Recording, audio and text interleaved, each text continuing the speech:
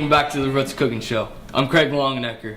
Tonight what we're going to do for you is a delicious T-bone steak that we're going to blacken on a hot skillet with a barbecue rub, and then we're going to have a side of a twice baked potato, and to hold us over for such a delicious meal we're going to do some corn fritters. So let's throw our potatoes in the oven. It's at 350. Put it in for about an hour. Just put our potatoes in the oven. We have our steaks, our T-bone steaks, resting outside of the fridge. Make sure that they're about room temperature before you start handling them. Now we're going to start on a corn fritter, which is going to kind of hold us over before our delicious meal we have planned.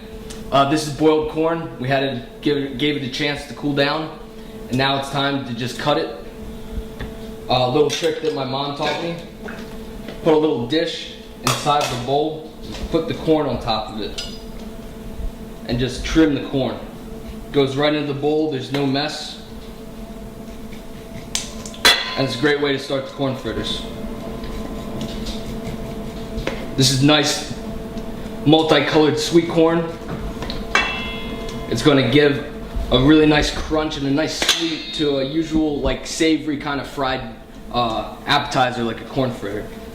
It's going to be a lot better than a frozen bag of just something you can buy at the grocery store. So our corn fritter mixture is complete, and we just heated some oil in a nice pan, and now we're just going to spoon a little bit of corn fritter, and we're going to pan fry them until they're about golden brown on each side. Then flatten them out a little bit to make sure that they cook evenly the whole way through. Kind of like patty form that you can just flip over with a nice spatula.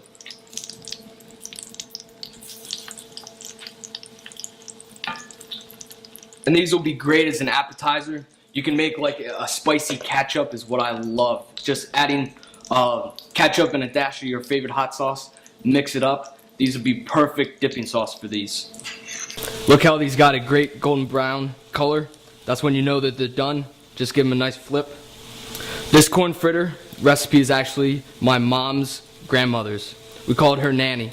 I never had a chance to meet her, but I got to enjoy all of her recipes growing up. Like, that was what my mom cooked, what my grandmother cooked, and it's just great to pass down that tradition of great recipes, and this is definitely one of them. Now our corn fritters are done. It's going to be a perfect snack to hold us over for the rest of the meal.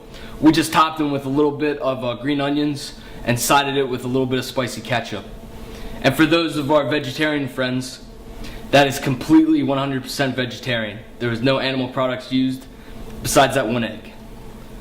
Our baked potatoes are out of the oven. They've given a chance to cool. And before we process those into our baked potatoes, we're going to fry some bacon. And we're going to use the bacon as a garnish on top of the twice baked potatoes. And also we're going to save some of the bacon grease as a fat for the mixture that goes back into the potatoes.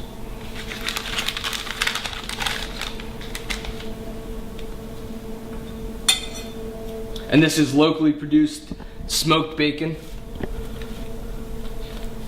It has a really nice fat content, but it has really good meat in it, and that's what we're going to want for our garnish, is that crunchy meat that has a chance to fry in the natural fat of the bacon. So we're going to let those go.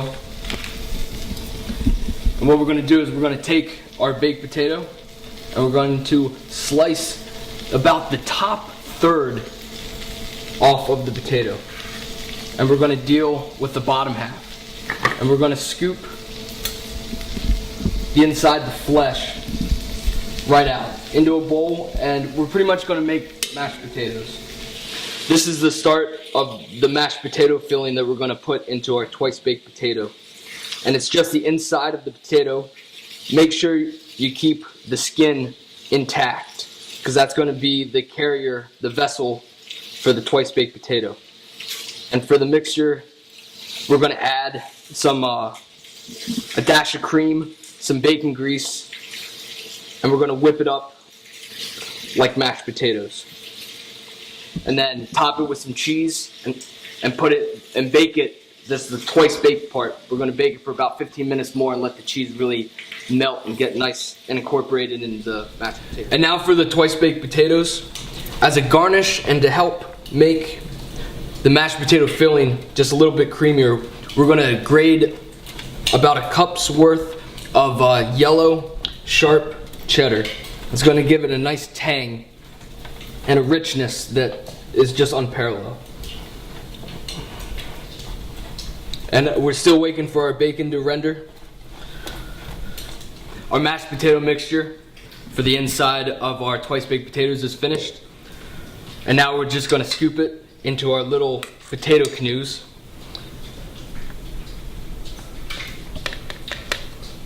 And this is what we're going to top with some the cheddar cheese and then place back into the oven. Hence the twice baked. Our baked potatoes are stuffed. We have our cheese. Now it's time for the oven. It's at 350 and we're going to bake it for about 15 minutes. We're going to put the potatoes in the oven and then we're going to top with our shredded cheese.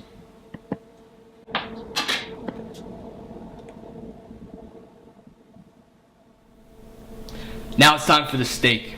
And for our steak we have an awesome barbecue rub. It's a combination of a bunch of seasonings that are actually kind of secret. So I actually can't tell you what they are. Basic salt and pepper, paprika, brown sugar, garlic powder, maybe a chili powder or something. What we have here are T-bone steaks. This right here is a New York strip steak. And right here is a cut of the sirloin. And the T in a T-bone steak is actually a rib. So what we're going to do is we're going to coat it heavily in seasoning. So we're going to lay it down on a bed of seasoning while we season the top of it. And be generous. We're trying to blacken this. And that's what the seasoning and that cooking technique is really going to impart all the flavor into this cut of meat. And really rub all the spices into every nook and cranny of the meat. And when we're done with the first side, the second side is already half done. All you have to do is just rub it in. Oh, that just looks great. I can smell that seasoning. When you rub it, it really like brings out the flavor and it just like aerates. Goes right to your nose and it just smells like barbecue.